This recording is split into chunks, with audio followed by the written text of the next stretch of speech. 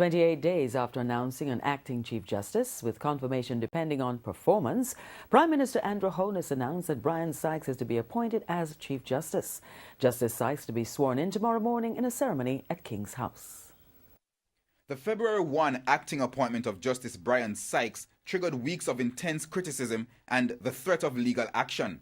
However, news of Justice Sykes' appointment came on Wednesday in a brief statement from the Office of the Prime Minister, as well as from posts on the Prime Minister's Twitter account.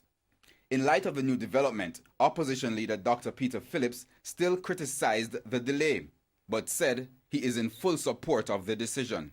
I think that he should have been confirmed in the post from the outset, and that it was unfortunate that so much controversy had to surround his appointment.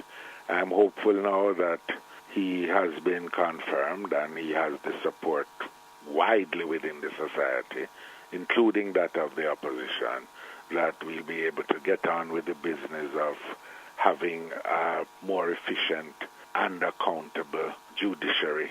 It was argued in several quarters that the acting appointment was unconstitutional and threatened the independence of the judiciary. The Jamaican Bar Association had threatened to file a lawsuit over the failure of the Prime Minister to recommend someone for a permanent appointment as Chief Justice. The association argued that the Constitution does not contemplate the appointment of an acting Chief Justice except in cases of emergency. Courts across the island were also disrupted 2 weeks ago as judges met to discuss comments by the Prime Minister which seemed to suggest Justice Sykes was on probation. The judges later issued a declaration stressing the principle of the separation of powers. Justice Sykes is to be sworn in at King's House on Thursday at 9 in the morning. Herman Green, TVJ News.